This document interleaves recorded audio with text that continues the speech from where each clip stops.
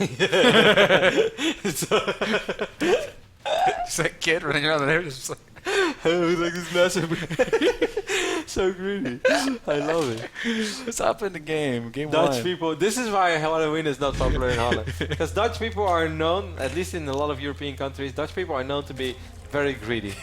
And like Spain, like we go with Holland every year. Like a lot of Dutch tourists make the trip to Spain, Greece, Portugal, and most of those countries they're not too happy with the Dutch tourists because A, they make a lot of noise and they're loud and they just don't really do a whole lot, and B, they don't tip anything, like they're very greedy. And I think this is why Halloween is not popular in Holland, because we just hate to give anything away. And we're like, we have to buy candy to give it away. This is not working. I think I figured it out, man. And this is why my makeup experience went so bad today, guys. I have zero experience with Halloween. But I do think it's a very interesting phenomenon, and I'm happy people are having a I good used to time. think Halloween was so fun. It was one of my favorite holidays as a kid. My aunt lived in this neighborhood where a lot of kids would trick or treat. It was a huge it was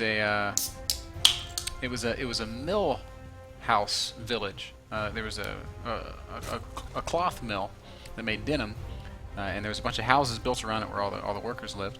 And my aunt lived in one of those houses, and so there's just like hundreds of houses, and kids would go around trick or treat. And I would always dress in scary costumes and jump out and scare the kids while they're trick or treating. And I thought it was so fun. I thought it was so cool. Really, I was just a jerk. It's the reality of it. Well, that's like when you were young, Ben, and you tried to scare your sister, but you were surrounded by tarantulas, right? I was so mean to my poor little sister. Anyway, guys, there is some StarCraft to be played as well. This is the first map in this new best of 3. As you guys can see, scoreboard 0-0, and this is not wrong. It's actually correct. Snute is going to go up against the STC. Liquid Snute, of course, our Norwegian Zerg player, recently won a pretty big tournament in Norway with a surprising big prize pool as well. The score was against Starga, I think 3-2, Yeah. 2-3, 3-2. They played till 6 a.m. in the morning, and I'm not even exaggerating. But it wasn't for nothing, as I believe Snute got roughly $3,000 for that, which is of course a pretty big prize pool. Hashtag not bad. No, man. Snute, the unofficial Norwegian champion. That was pretty official.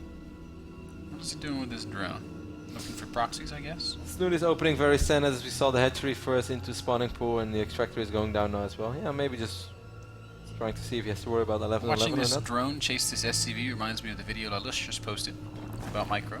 Was a very interesting video. If you guys, just like me, are not super familiar with the Brood War engine, then you guys might want to check out the awesome video Lalush just made. Cool. It's still on Reddit, and it explains a lot of things about what he loved about Brood War and what he would personally like to see in StarCraft 2. It's gotten some interesting feedback from some community figures as well. It was nostalgic for me watching that. I was like, man, Brood War was really a lot of fun to watch. It was special. Good early scout here from the STC. He knows exactly what Snute's up to and is going to be content to back off with what he has seen. I expect we'll see Snute taking a third base fairly soon. Might wait till he starts his Zergling speed upgrade, but won't be long after that. He's getting a factory pretty much as quick as he could have possibly gone. Oh, he actually has 2 Marines. I thought he just had a single Marine before he was already getting head-ons. With these 2 Marines, well, this is actually going to be... Snute's not going to commit to this. I thought Unlucky Zergling gets wasted on the ramp there. Curious to see if Snute once more is going to research Overlord speed that quick, because I find this a very interesting style to watch in ZVT, Ben, and I'm enjoying it a lot as well. I must say, the way that Snute played early today against Ryong really left an impression on me. That's just the Snute that I love to see. Yeah. Yes, of course, we keep talking about how Naniwa is the foreign hope, or how if Naniwa isn't it, then it's Scarlet, but we shouldn't forget that Snute has been, without a doubt, one of the most successful European players. Over the course of the last year, he won a Home Story Cup. He was the runner-up of a different Home Story Cup. He won ESAD Masters as well in the UK, which was a pretty stacked tournament back then. He's just a fantastic player. Also won a Red Bull Battlegrounds. Yep. And I suppose because of that, he'll be competing at the... I guess it was the Red Bull Training Grounds that he won. And he'll be competing at the Red Bull Battlegrounds in New York later. With 8 players, later in November. I can see Snute do some serious damage over there. It's gonna be a huge prize pool, man. I don't think Snute is an underdog when he goes up against the likes of MC. Like, maybe if Snute against Deer. Did you watch MC versus Soul King? Yeah, I also watched MC against Deer. Yeah, that's true. Snute better start practicing his PvP. Yeah, but I always still feel that PvZ is a matchup about surprises. Anyways, we can talk about that later on. As MC is, of course, a fantastic player as well, but I have a lot of faith in Snute. Snute is one of those guys that, if I could choose between the average Korean or Snute, I would go with Snute. I would too. I would too. I do think he is better than the average Korean. Although it's clear that the best Koreans are still very difficult for Snute. Yeah, of course. I mean, if you're talking about Trap Deer and those guys, it's always a little dicey. 4 Hellions run in, but they don't want to commit just yet, so I actually think that Snute is quite happy with all the damage he just dealt to those Hellions, because this is a phase in the game for TVZ where every Queen shot counts on these Hellions, giving something to worry, a little less to worry about. And as we saw once more, he already researched quick Overlord speed. The STC cannot afford to lose these Hellions, so he's just going to keep them at the edge of the creep, deny any further creep spread. Maybe try to catch a couple drones in transit. Again, I think the STC is being a little lazy with his Hellions, Kevin. We saw this in his last series against Jig, and we're seeing it here against Snute. We just saw a drone transfer that he could have harassed. We shouldn't forget that he's having quite the economic opening himself, and if he gives up 4 Hellions in this phase of the game, then God knows what happens on the other side of the map. He doesn't want to lose to the same thing as Jig pulled against him on Derelict. Snute already getting ready to take a 4th base. Snute has an awesome way of denying the Terrans like 6 base on this map. I think it was the 5th, but he's going to probably start spreading the creep from this location. We see his Overlords with Overlord speed already starting to fan out. And I really love watching Snute play. I really feel like I'm watching someone who knows what he's doing. And of course that's the case with any of these guys in StarCraft 2, as they're all fantastic players. From Snute, I just feel Snute starts his game and he has thought out every single moment up to this point. Right now we're 9 minutes and 20 seconds in the game. I don't think a single thing hasn't gone the way Snute had it in mind at the start of the game. Yeah. Everything has been planned so far, and I think that is so fantastic. And that's what I personally miss. When I used to play a lot of Warcraft 3 on high level, I was able to paint the perfect picture at the start of the game. I knew at the 3rd minute mark, 6th minute mark, 8th minute mark had to be there. After that, of course, things would get crazy. But you paint the picture for yourself, and you want those pieces to fall in place. And I am guaranteed that so far in this game, nothing has gone other than Snute wanted it to go. Just call him Bob Ross. Who's Bob Ross? Painter. Oh. Then why did you go with like Vincent van Gogh? Because Bob Ross is a much funnier reference. Why? I think Van Gogh is funnier. No, Van Gogh's tragic. Bob Ross is hilarious. Do you know this guy called Karel Appel? I don't think so. Okay. Do you know Salvador Dali? Nope. Okay then. I almost don't know why. Well, we're having a hard time reaching a mutually accepted reference. Do you know Caravaggio? Who? Caravaggio. You want to just settle on Monet? Okay, let's do it. A couple of Hellions get sacrificed in the middle of the map, but not before the STC will be able to snipe this head tree on the top side of the map, and that's such a nice little pick-off. Losing only a couple of Marines in the transition, Snute will probably immediately retake this base, but still very well done by the STC. Frustrating for Snute. So while we were talking about legendary painters, the only thing that Snute didn't see was what was going on over here on the north side of the map. As I just drag the mouse in the right bottom side of the corner. This is not my normal casting setup. We apologize. Drop's going to try to unload in that 3rd base, but Snute easily able to deny it. It's going to throw down a couple more Spore Crawlers just to make it difficult as those Zerglings go on patrol, scurrying around like ants. Another drop making its way out. This is what the STC did against Jig, and Jig had a very tough time dealing with it. I do think Snute is the next caliber of Zerg, though. And as we can see, he's having less trouble denying these drops. He's still on 78 drones and 3 bases as well, man. Like now, yes, he's trying to deny a 4th base. While in the last game, it was more like trying to stop someone from saturating 3 bases. While with 78 drones, we can hardly say that Snute is not saturated. But this drop will be able to deal a lot of damage. I'm loving the mobility. One queen down, Ling's going to die instantly, and Snute's going to trickle in with his units, which is going to be a little bit costly. At the same time, already units making their way over to that 4th base once more. Dropping at the 3rd base as well, at least for a split second. Man, the STC is all over the place. Yes, he is. Snute finally forces the main base drop to pick up. The one in the 3rd is doing more damage still, and there's also a push-up at the 4th. The STC all over the place. Snute doing his best to respond to it in turn, but it ain't easy, Kev. And the STC... what does it shoot? Just like headbutts a Marine. As... Snute's still alive, still hanging in there. 2-2 is about to finish up during all this as well. That is what I find most impressive about watching What's crazy to me is that he hasn't lost really any drones. 5 drones killed this whole time. He did lose 2 queens in the main, so he's going to lose a little bit of his larva production, as there's no queen over here on this 4th base either, and that's definitely something we have to keep in mind. Nor is there one in the 3rd base, and here's the one from the natural marching up to the main, so we are seeing that Snute's money also spiking as a result of having less larva to work with. 10 mutas on the way. That's going to make it a little bit easier to stop these drops. But oh, love it. Beautiful there. Burrowed Baneling's doing a lot of damage. Still enough units left over to prove difficult to deal with. Still a drop active between the main and the natural as well. But for now, Snute is going to try to save this hatchery, but he won't get it. Happen. Man, Oh, big Widow Mine shot on a lot of those lings. At the third base, we see more units falling. I'm not sure how many lings that Widow Mine killed. But the STC continuing to be relentless. 5 drone kills has now become 11. As Snute continues to struggle to find stability. Snute still has 46 links out on the map. He also has 15 Muliliths, well, so that's going to make his life a little bit easier. He's going to go up to 18 now. 4th command center is about to finish up over here for the STC. We saw it in the production tab, but you know, it's nice to show as well. These drops, oh, these manufacturers so low on HP. These Muliliths are going to have a field day picking this one up. Speed boost for the win. Actually, and that medevac will unload, and they're not going to have a field day. They're going to have a very difficult time picking up these medevacs. At the same time, we have a lot of links engaging. And it's a tough fight, and the STC wins again. 170 Terran supply over 130 for the Zerg. Snute really needs a couple of good connections. Kind of exposed. Maybe the Banelings. Can the Banelings connect? It looks like yes, they will. Every Widow Mine falls. Great fight there for Snute as he cleans up many of these Terran forces. All of these Terran forces go down.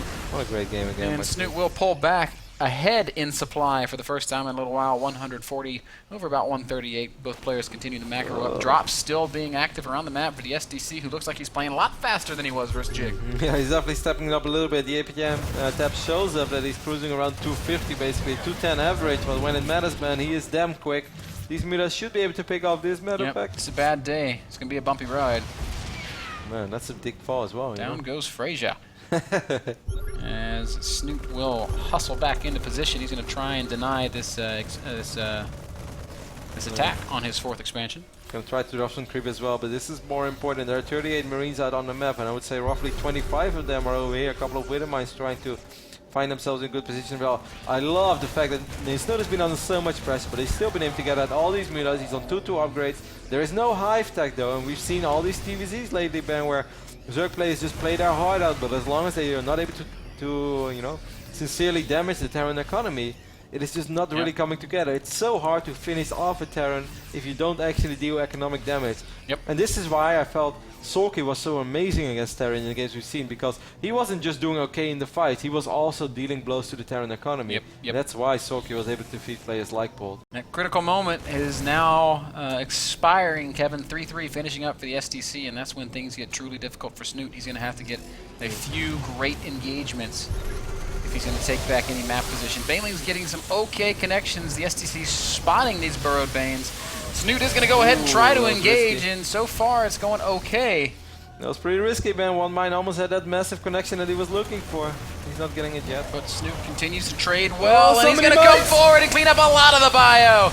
Mines do connect with the Lings and the Banelings, but Snute will kill all of these Widow Mines. 160 supply over 150, favoring the STC. Also burrowed a couple of Banelings immediately. I love how fast he does it, man. I'm watching Snoot's vision, and I barely see him burrow those Banelings all the time. Hive tech is down now as the infestation pit just finished off a couple of seconds ago. +2 being researched as well. Slowly but steady, starting to feel that Snute takes control of the game. Once more in position to defend this expansion. He's never been able to mine from it though, Kev. He's been on 3 bases this whole game practically, never really having a 4th. Muta's going to dance in and try to pick a good fight. Oh, great connection there for Snute. Running right over the Bioforce, and well, the Overseer is going to go down. That's going to make it tough to cope with these Widow Mines, but still, 23 Mutas in the skies remains for Snute, and he completely crushes this attack. The SCC dipping down to 146 supplies. Snute's actually got a little bit of map control for the first time in a while. Next attack coming in already, though. A lot of Marines again marching across the map. There is a Tor in production as well, and this is the strength of the 4-base, soon to be 5-base Terran economy. He's just able to constantly produce massive numbers of Marines. Snute needs another good engagement. Widow Mine fires on an Overlord. That's I would love to see him put these Banelings a little more north. Yep, they do need to reposition, but it's going to be tough, man. As Snute forced into another engagement, his Banelings are a little bit behind. Here they come forward. They will connect with mostly Marines. Yes, good job here, Snute. Cleaning up another Terran army, another win for Snute. And is he finally able to strike back? Is he finally able to counterattack? For the first time, Mutas are actually making their way across the map rather than just chasing Terran units down left and right. He's going to try to... Oh, that scan doesn't touch those Banelings, though. Now he'll probably throw down another scan. Oh, Snute. Snute is going to try to lure him into it. So careful how he engages this. 3-3 bio just Look kills at this everything Overlord. so fast. 5th Right. expansion is down now for Snute the knows STC. he needs to do something about this. He doesn't want to fight 3-3 Terran bio off 5 bases. Man, the STC is just... No, Snute. Wrong moment. That doesn't work. Couple of Widowmine. Oh, the Banelings not quite getting the connections that they want. Snute will fight anyway. Zergling's surrounding everything. The upgrades are really starting to take that toll on these fights, though. As we can see, a couple of Marines do survive, cute picking Thor up micro. the Tor as well. He's like, get tucked in, big man. Don't forget to fasten your seatbelt. Thor's like, okay. I'm a Tor. That's a big ass seatbelt, man. I don't think. 170 Terran supply over Man, there are 3 160 Tors on the Zerg map now. supply. How awesome is this? The Tors are marching in. And when the Thors come marching in. Now the scan goes down. Burrow Banix is not really cutting it anymore. Not because Snute is putting them in bad positions, just because the SCC is rather safe than sorry. Snute did go up to Hive, Kevin. He's getting 3-3 of his own, but unfortunately, I think without something like a Greater Spire, he's going to have such a hard time fighting. Big counterattack here into the natural expansion of the STC. I like this. Oh my goodness. That Widowmine. The Helmet doesn't like it. Tor spawns on the wrong moment. Might actually fall immediately. That's a nice little pickup here. But there is still this army on the other side of the map. This army from the SCC should be able to take out this base without any issues. Middle is hovering over all the production facilities from Terran though, but I'm not sure, Snute, if you have to babysit these mutas very carefully. He really does, man. Every Marine that pops out is going to do a little bit of damage, and the STC dealing mortal damage on the other side of the map takes out Snute's 4th expansion. Snute's mined out in his natural, mined out in his main. 3rd base is almost gone as well. Snute can't keep up the production, Kev. I think the STC has got this one in the bag. What a trooper, this Tor. This Tor has been soaking up Banelings like it's his job, man. I think you're right, Ben. I think Snute going for the counterattack there was kind of a desperation move. Between them have 22 kills. There's the GG from Snute. What a great game here on Eklan. Yeah, the STC takes it, looking very strong in his first map against Snute. Looked much better than he looked against Jig. I'm just gonna put that out there. Snute had a